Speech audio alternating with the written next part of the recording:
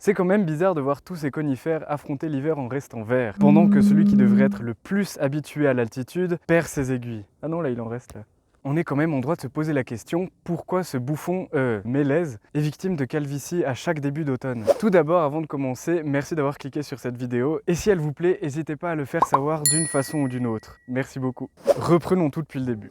Avoir des grandes feuilles, c'est cool. Ça permet de capter un maximum de lumière, d'accroître ses fonctions métaboliques, d'améliorer les échanges gazeux avec l'extérieur, de mieux transpirer pour pouvoir se rafraîchir, et au final, produire plus d'énergie pour un moindre effort. En gros, c'est super pratique et c'est certainement pour ça que la grande majorité des plantes actuelles ont adopté cet organe qui est apparu plusieurs fois de façon indépendante au cours de l'évolution.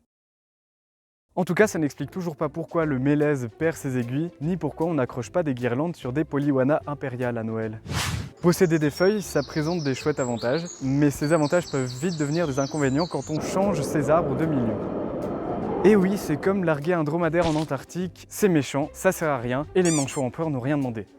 Les aiguilles sont en fait des feuilles de petite taille, modifiées pour mieux résister aux basses températures. Une taille plus étroite, une épaisse couche de cire protectrice, une réduction du nombre de stomates, bref, leur anatomie est faite pour diminuer les pertes d'eau, ce qui permet aux arbres à aiguilles de continuer à pousser toute l'année, dès qu'ils ont un petit peu de lumière à disposition. Et c'est plutôt essentiel dans les régions où il fait froid le 90% de l'année, et que les 10% restants, il fait tout juste assez chaud pour un match de pétanque. Mais une question subsiste encore, est-ce que les dromadaires reçoivent des cadeaux à Noël? Et surtout, pourquoi les mélèzes ne font pas comme tout le monde?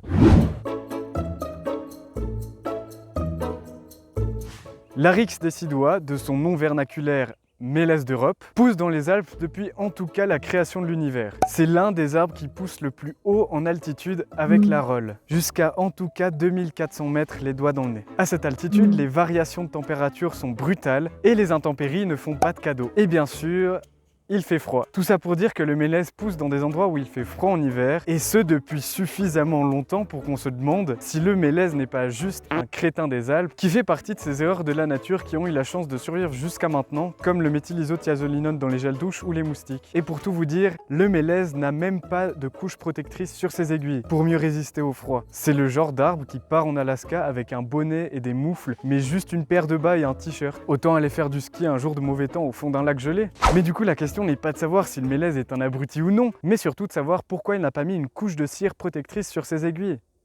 La réponse est toute simple, le mélèze est un arbre pionnier. Alors ça ne veut pas dire que c'est lui qui a découvert le micro-ondes ou la définition du mot incandescent, mais c'est plutôt un arbre qui est capable de pousser seul dans des conditions difficiles et sur un sol pas toujours très nutritif. Le genre de sol qui serait l'équivalent d'un vieux morceau de pain sec et un bloc de glace en guise de verre d'eau. Oui, parce que s'abreuver dans un sol gelé les 3/4 de l'année, c'est dur.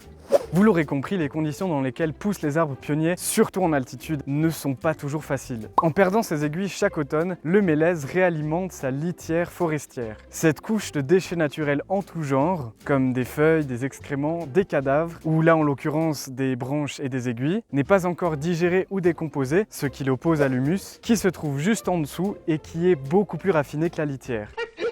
Cette couche d'aiguilles mortes représente un énorme pourcentage de la litière présente aux alentours du mélèze et sous le mélèze. Durant la saison froide, elle permet de préserver l'humidité dans le sol et dans l'humus, tout en réduisant les risques d'érosion.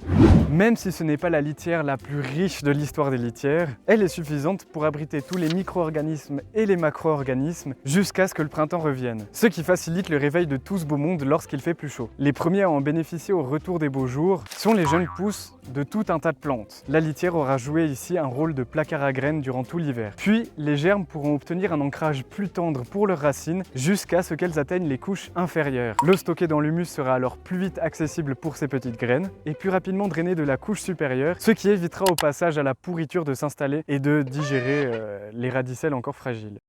Mais la litière est aussi utile pour le mélèze adulte. Elle agit comme une capsule de café qui laisserait doucement infuser les nutriments et les minéraux grâce à l'eau de pluie, qui plutôt que de s'évaporer est retenue dans les sols. Des nutriments qui auront été transformés à partir de cette même litière en humus grâce à des champignons, des acariens, des insectes ou encore des bactéries, etc. etc.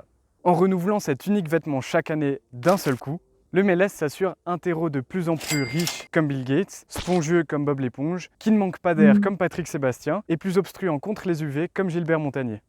En gros, le mélèze fait en sorte que son vieux bout de pain sec quotidien soit transformé année après année en un bon pain complet bien frais. Et même s'il pousse dans des conditions difficiles, l'Aryx deciduo sait qu'en sacrifiant son feuillage chaque automne, toutes les petites bêtes beaucoup plus fragiles que lui pourront survivre et lui donner en échange tous les nutriments dont il a besoin. C'est un cercle vertueux et un très bel exemple du miracle de la vie. Voilà, c'est fini. Maintenant, vous pouvez liker ou me poser des questions en commentaire, ou vous abonner à la chaîne ou à celle de quelqu'un d'autre. Merci de m'avoir écouté, à la prochaine, bisous!